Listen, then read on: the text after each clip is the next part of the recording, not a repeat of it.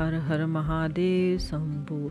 भक्तजनों, कल हमने शिव पुराण के अध्याय 11 में शिवलिंग की स्थापना, उसके लक्षण और पूजन की विधि का वर्णन तथा शिव पद की प्राप्ति कराने वाले सत्कर्मों के विवेचन की कथा का अध्ययन किया था। आज हम अध्याय 12 में मोक्षदायक पुष्य क्षेत्रों का वर्णन, काल विशेष में विभिन्न नदियों के जल में स्नान के उत्तम फल का निर्देश तथा तीर्थों में पाप से बचे रहने की चेतावनी का अध्ययन करेंगे। श्री गणेशाय नमः। सुत जी बोले, विद्वान एवं बुद्धिमान महर्षियों, मोक्षदायक शिव क्षेत्र का वर्णन सुनो। तत्पश्चात मैं लोक रक्षा के लिए शिव संबंधी आगमों का वर्णन करूंगा। पर्वत, वन और काननों सहित इस पृथ्वी का विस्तार 50 करोड़ योजन है। भगवान शिव की आज्ञा से पृथ्वी संपूर्ण जगत को धारण करके स्थित है। भगवान शिव ने भूतल पर विभिन्न स्थानों में वहाँ के निवासियों को कृपा पूर्वक मोक्ष देने के लिए शिव क्षेत्र का निर्माण किया है। कुछ क्षेत्र ऐसे हैं जिन्हें देवताओं तथा ऋषियों ने अपना वास स्थान बनाकर अनुग्रहित किया है, इसलिए उनमें तीर्थ तत्व प्रकट हो गया। तथा अन्य बहुत से तीर्थ क्षेत्र ऐसे हैं जो लोगों की रक्षा के लिए स्वयं प्रादुर्भूत हुए हैं। तीर्थ और क्षेत्र में जाने पर मनुष्य को सदा स्नान, दान और जप आदि करना चाहिए, अन्यथा वह रोग, दरिद्रता तथा मुक्ता आदि दोषों का भागी होता है।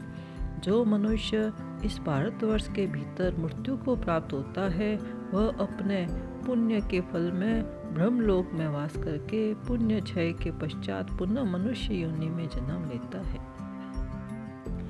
पुण्य क्षेत्र में पाप कर्म किया जाए तो वह और भी दृढ़ हो जाता है।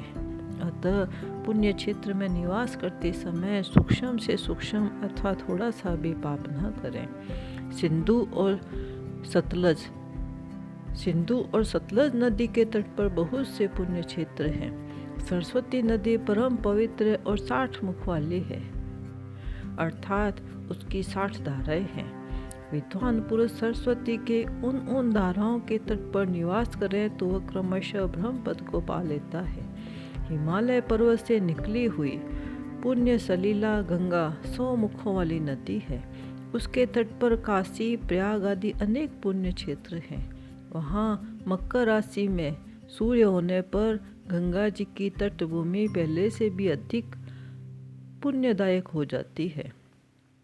छोड़भद्र नदी 10 धाराएं हैं। वह बृहस्पति के मकर राशि में आने पर अत्यंत पवित्र तथा अभीष्ट फल देने वाली हो जाती है। उस समय वहाँ स्नान और उपवास करने से विनायक पद की प्राप्ति होती है।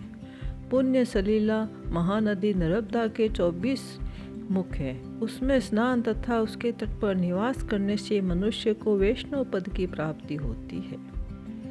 तमसा के 12 तथा रेवा के 10 मुख हैं। परम पुण्यमयी गोदावरी के 21 मुख बताए गए हैं। वह ब्रह्म हत्या तथा गोवध के पाप का भी नाश कराने वाली एवं रुद्र लोक को देने वाली है। कृष्णा वेणी नदी का जल बड़ा पवित्र है। वह नदी समस्त पापों का नाश कराने वाली है। उसके 18 मुख बताए गए हैं तथा वह विष्णु लोक प्रदान करने वाली है। तुंगभद्रा के 10 मुख हैं। वह ब्रह्मलोक देने वाली है। पुण्य सलीला सुवर्ण मुखरी के ही 9 मुख कहे गए हैं। ब्रह्मलोक से लौटे हुए जीव उसी के तट पर जन्म लेते हैं। सरस्वती नदी, पंपा सरोवर, कन्याकुमारी, अंतरीप तथा शुभकारक श्वेत नदी, ये सभी पुण्य क्षेत्र हैं। इसके तट पर निवास करने से इंद्रलोक की प्राप्ति होती है। शह पर्वत से निकली हुई महानदी कावेरी परम पुण्यमयी है। उसके 27 मुख बताए गए हैं। वह संपूर्ण अभीष्ट वस्तुओं को देने वाली है। उसके तट स्वर्गलोक की प्राप्ति कराने वाले तथा ब्रह्मा और विष्णु का पद देने वाले हैं। कावेरी के तट शैव क्षेत्र के अंतर्गत हैं। वे अभीष्ट फल देने के साथ ही शिवलोक प्रदान करने वाले भी हैं। नेमी सरायण तथा बद्रिका आश्रम में सूर्य और बृहस्पति के मेष राशि में आने पर यदि स्नान करें तो उस समय वहाँ किए हुए स्नान, पूजन आदि को ब्रह्मलोक की प्राप्ति कराने वाला जानना चाहिए। सिंह और कर्क राशि में सूर्य की संक्रांति होने पर सिंधु नदी में किया हुआ स्नान तथा केदार तीर्थ के जल का पान एवं स्नान ज्ञानदायक माना गया है। जब बृहस्पति सिंह राशि में स्थित हो उस समय सिंह की संक्रांति से युक्त भाद्रपद मास से यदि गोदावरी के जल में स्नान किया जाए तो वह शिवलोक की प्राप्ति कराने वाला होता है। ऐसा पूर्व काल में स्वयं भगवान शिव ने कहा था। जब सूर्य और बृहस्पति कन्या राशि में स्थित हो तब यमुना और छोणभद्र में स्नान करें। वह स्नान धर्मराज तथा गणेश जी के लोक में महान भोग प्रदान कराने वाला होता है। वह महर्षियों की मान्यता है जब सूर्य और बृहस्पति तुला राशि में स्थित हो उस समय कावेरी नदी में स्नान करें। वह स्नान भगवान विष्णु के वचन की महिमा से संपूर्ण अभीष्ट वस्तुओं को देने वाला माना गया है।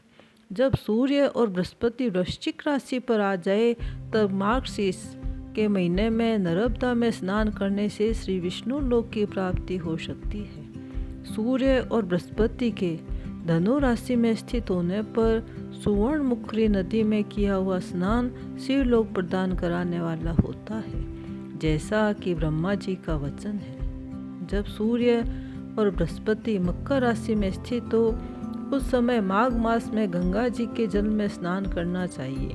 ब्रह्मा जी का कथन है कि वह स्नान शिवलोक की प्राप्ति कराने वाला होता है। शिवलोक के पश्चात ब्रह्मा और विष्णु के स्थानों में सुख भोगने पर अंत में मनुष्य को ज्ञान की प्राप्ति हो जाती है।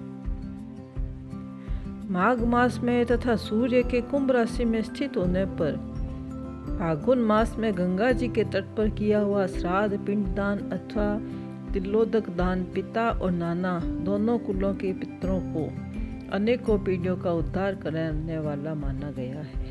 सूर्य और बृहस्पति जब मीन राशि में स्थित हो तब कृष्णा वेणी नदी में किए गए स्नान की ऋषियों ने प्रशंसा की है। उन महीनों में पूर्वोक्त तीर्थों में किया हुआ स्नान इंद्र पद की प्राप्ति कराने वाला होता है। विद्वान पुरुष गंगा अथवा कावेरी नदी का आश्रय लेकर तीर्थवास करें। ऐसा करने से तत्काल के वे पाप का निश्चय ही नाश हो जाता है। रुद्र लोक प्रदान कराने वाले बहुत से क्षेत्र हैं। ताम्रपर्णी व वेगवती ये दोनों नदियां ब्रह्मलोक की प्राप्ति रूप फल देने वाली है। इन दोनों के तट पर कितने ही स्वर्गदायक क्षेत्र हैं। इन दोनों के मध्य में बहुत से पुण्यप्रद क्षेत्र हैं। वहाँ निवास कराने वाला विद्वान पुरुष वैसे ही फल का भागी होता है। सदाचार, उत्तम वृत्ति तथा सद्भावना के साथ मन में दया भाव रखते हुए विद्वान पुरुष को तीर्थ में निवास करना चाहिए, अन्यथा उसका फल नहीं मिलता। पुण्य क्षेत्र में किया हुआ थोड़ा सा पुण्य भी अनेक प्रकार से वृद्धि को प्राप्त होता है तथा वहाँ किया हुआ छोटा सा पाप भी महान हो जाता है। यदि पुण्य क्षेत्र में रहकर भी जीवन बिताने का निश्चय हो तो उस पुण्य संकल्प से उसका पहले का सारा पाप तत्काल नष्ट हो जाएगा, क्योंकि पुण्य को ऐश्वर्यदायक कहा गया है।